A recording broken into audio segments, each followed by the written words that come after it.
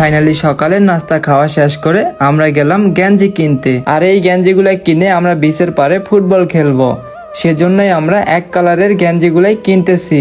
তো ফাইনালি গেঞ্জি এইটাই আমাদের সিলেক্ট হয়েছে। তো এখন আমরা যাব বিচের পারে খেলতে।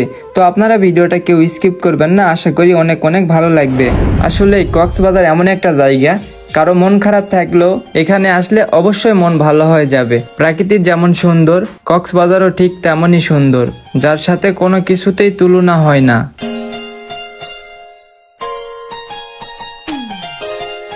তো এই বেডটাই আমরা নিচ্ছি। এখন আমরা সকল ভাই বাদার মিলে আমরা বিচের পারে ফুটবল খেলবো।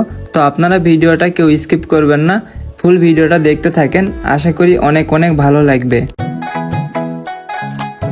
তো গাইস ফাইনালি আমরা ফুটবল খেলার জন্য রেডি হয়ে গেছি। আর আমি এখানে নিজ দায়িত্বে পা দিয়ে মেপে মেপে বারটা তৈরি করতেছি। তো এখন আমরা এখানে টস করব।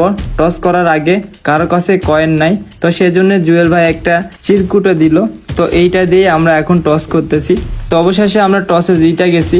এখন আমরা বার নিব। তো খেলা অলরেডি আমরা শুরু করলাম।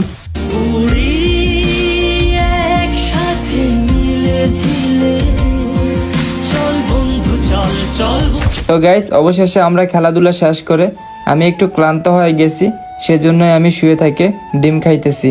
আর এদিকে এক ছোট ভাই মেয়েদের নানা ধরনের জিনিস বিক্রি করতেছে, তো সেজন্যই তার সাথে একটু আমি কথাবার্তা বলতেছি। আর সব কথাবার্তা শেষ করে আমি চলে গেলাম আমার ফেসবুক পেজের জন্য কন্টেন্ট ভিডিও বানাতে।